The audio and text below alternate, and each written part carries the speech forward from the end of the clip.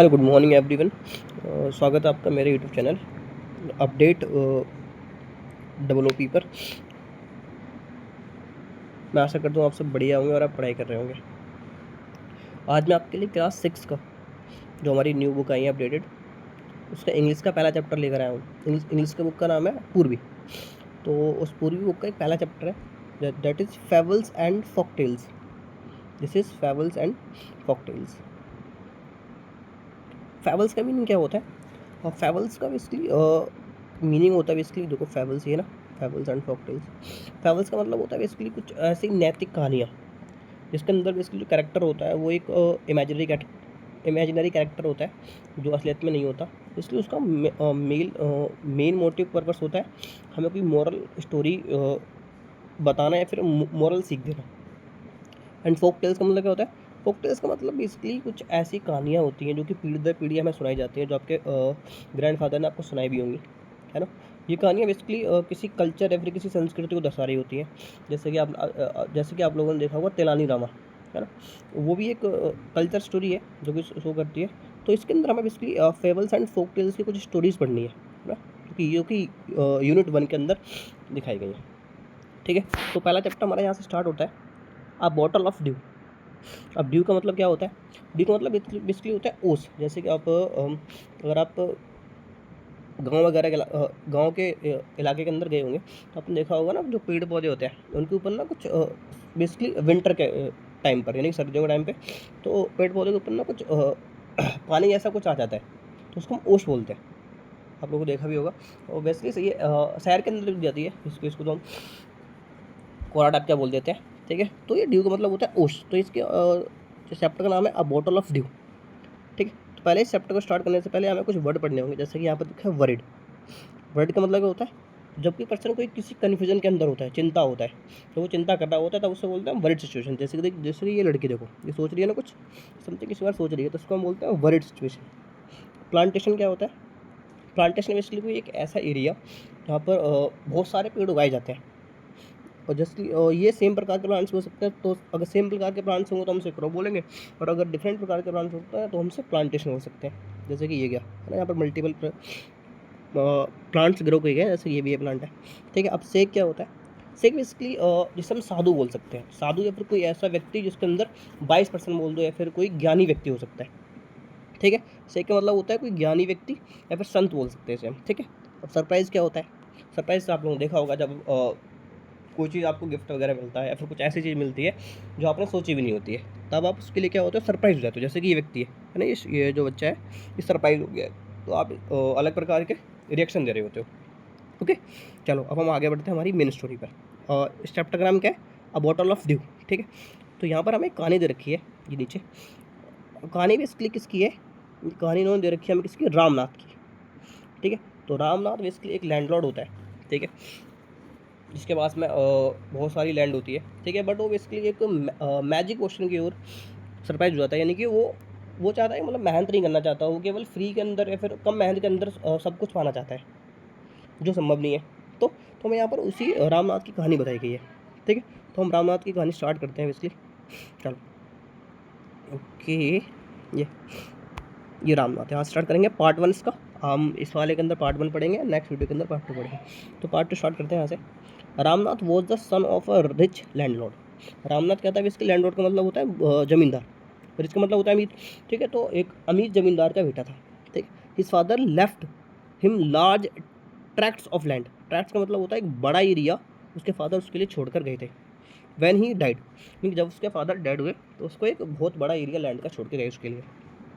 Ramnath was did not spend even one day looking after his land. Basically वो उसके father तो छोड़ गया, लेकिन वो उसकी बिल्कुल भी देखभाल नहीं करता था।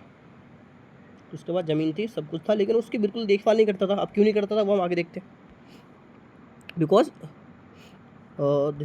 This was because he had a funny idea. उसके बाद एक फ़नी आइडिया था। He believed there was a magic potion. अब मैजिक पोशन क्या होता है? मैजिक पोशन मतलब एक ऐसा लिक्विड होता है, जो इन्होंने यहाँ पर इसका डेफिनेशन दे भी रखी है, आप इधर देख सकते हो। पोशन क्या होता है? A liquid with magical properties. इसके पास एक लिक्विड होता है जिसको औषधि भी बोल सकते हैं। ठीक है, अब ये कैसे वर्क करती है? देखो, ये बेसिकली एक मैजिक है। कह रहा है that could turn any object into gold. देखिए एक ऐसा मैजिक है जिसको अगर मैं किसी ऑब्जेक्ट के ऊपर डालूंगा तो गोल्ड के अंदर चेंज हो जाएगा, यू नो, गोल्ड के अंदर परिवर्तन हो जाएगा अगर मैं किसी के ऊपर डालूंगा तो।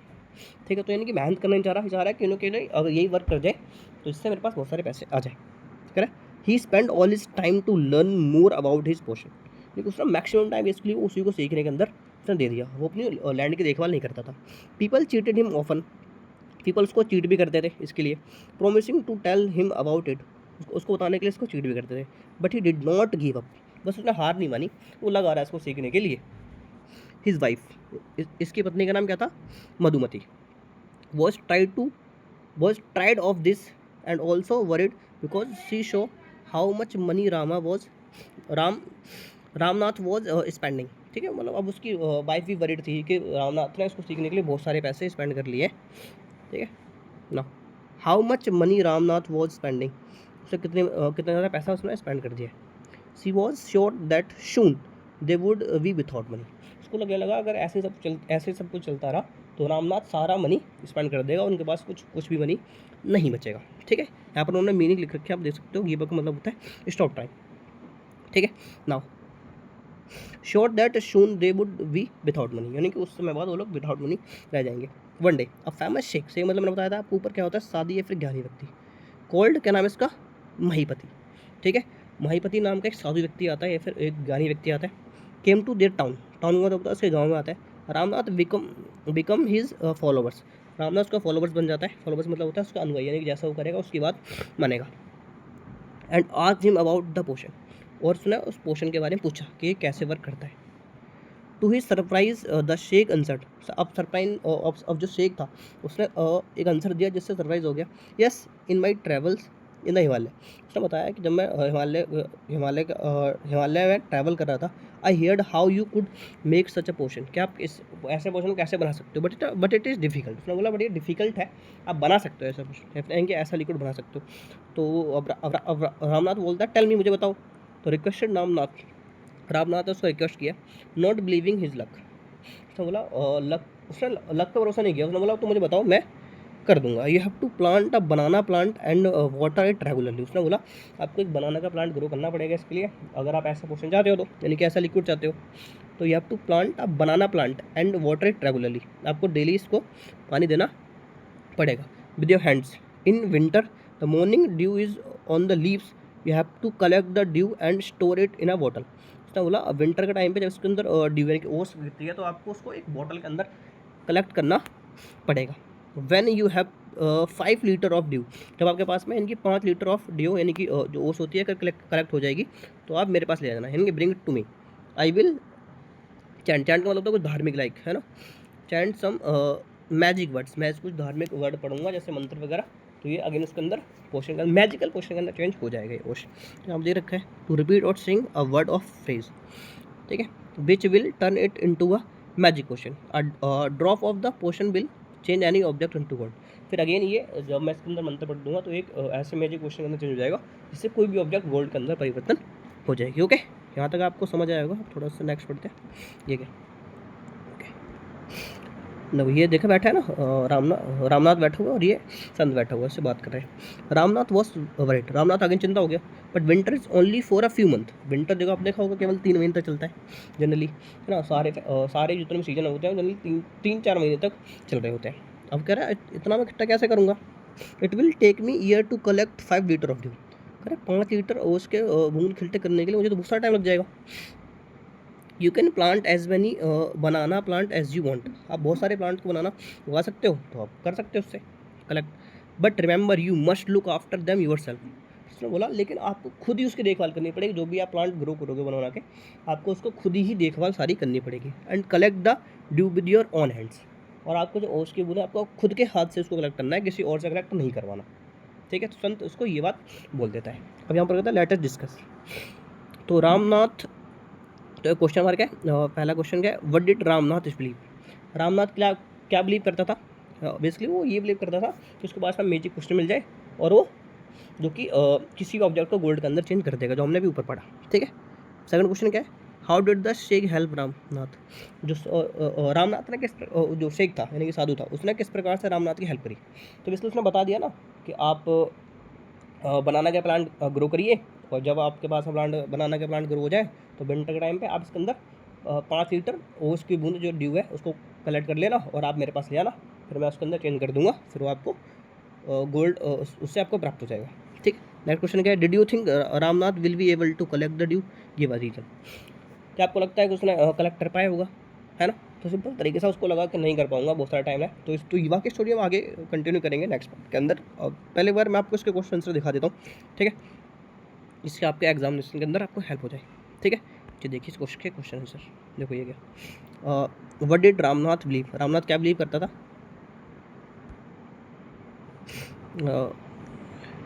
एक मिनट, दैट इज, है ना, Ramnath believe that there was a magic potion, है ना, that could turn any object into gold. जो मैंने आपको बताया कि वो बिलीव करता था तो पास में मैजिक पोशन है जो कि किसी भी ऑब्जेक्ट को गोल्ड के अंदर चेंज कर देगा। सेकंड क्वेश्चन क्या है इसका, how did the sheikh help Ramnath, कि जो साधु ने किस प्रकार से रामनाथ की हेल्प करी। तो the sheikh told Ramnath clever way to make the magic potion by planting banana. उसने बताया किस प्रकार से आप बनाना का प्लांट ग्रो करो, है ना, plant and collecting 5 litre of morning dew from their leaves, this encourage Ramnath to hard work in his field. तो बेसिकली उसने इसलिए बोला था कि रामनाथ अगर खुद से प्लांट ग्रो करेगा, इसको देखभाल भी करेगा, तो उससे उसको हार्ड वर्क करना आ जाएगा, है ना। अब हार्ड वर्क करना बहुत इंपॉर्टेंट होता है ना, किसी नॉर्मल तरीके से चीज़ें हमें अचीव नहीं होती, इसलिए हमें हार्ड वर्क करना ही पड़ता है एट एनी हाउ, है ना। थर्ड क्वेश्चन क्या बोलता है, did you think Ramnath will be able to collect the dew, give a reason. क्या वो कलेक्ट कर पाया या फिर नहीं कर पाया। तो क्या, yes, because he was deeply obsessed with getting the magic potion and was willing to do whatever was required even planting thousand of banana. इसलिए हम बाद में स्टोरी में हम उसको कंटिन्यू करेंगे, तब हम पता चलेगा कि उसने फाइनली वो कलेक्ट कर लेता है ना, क्योंकि वो इतना ऑब्सेस हो जाता है चीज़ों के लिए कि मुझे चाहिए तो चाहिए, मुझे केवल यही चाहिए मैजिक पोशन, जिससे सब चीज़ गोल्ड के अंदर चेंज हो जाए, फिर मैं उसको बेचकर अपना लाइफ आराम से एक्सपेंड जी पाऊँ। ठीक है, तो बेसिकली वो ये सब चाह रहा था। ठीक है, तो इस प्रकार अभी हम आगे स्टोरी नेक्स्ट स्टोरी पार्ट में कंटिन्यू करेंगे, तब हमें पता चलेगा कि एक्चुअल में इसके लिए होता क्या है ना। बेसिकली हमें ये स्टोरी हमें एक सीख देगी जो हम नेक्स्ट पार्ट के अंदर पढ़ेंगे, कि हमें केवल हार्ड वर्क करना चाहिए, है ना। हार्ड वर्क से हम कोई भी चीज़ अचीव कर सकते हैं। नॉर्मली मैजिक ऐसा लाइक कुछ होता है नहीं है। ठीक है, तो आज के लिए हम इतना ही करते हैं, बाकी हम नेक्स्ट पार्ट के अंदर इसको कंटिन्यू करेंगे। Thank you for watching bye this video, please like and subscribe it. अगर आपको अच्छे लगते हो तो अपने फ्रेंड्स को उसको शेयर कर सकते हो, एंड थैंक यू।